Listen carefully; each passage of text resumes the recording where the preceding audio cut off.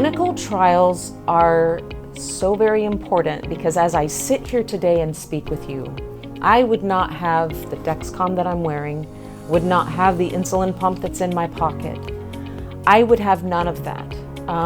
I can tell you, I remember being diagnosed in 1987, and it was so bleak.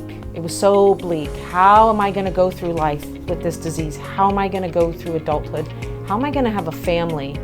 How am I going to do that? The outcome was just so bleak. In fact, at that point, all I wanted was somebody to fix my pancreas and give me a cure.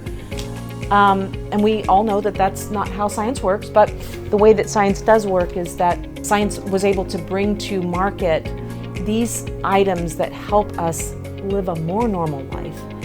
That stuff would not be here if people didn't participate in clinical trials. It takes all of us.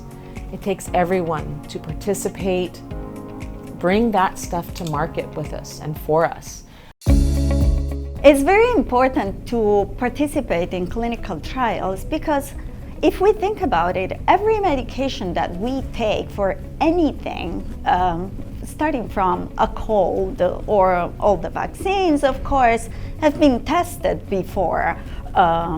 We know they work and they are safe and they work.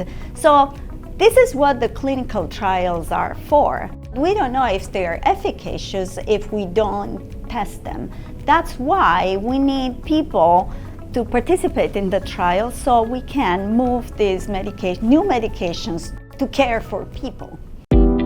I would want the general population to know about clinical research is that they're not in a random guinea pig experimental trial where they don't know what they're getting. We're fully transparent. We provide them with everything from the name of the study drug to how many people have the side effects and what they've, learned and extrapolated from previous trials, and that is something that can help them and others in the future.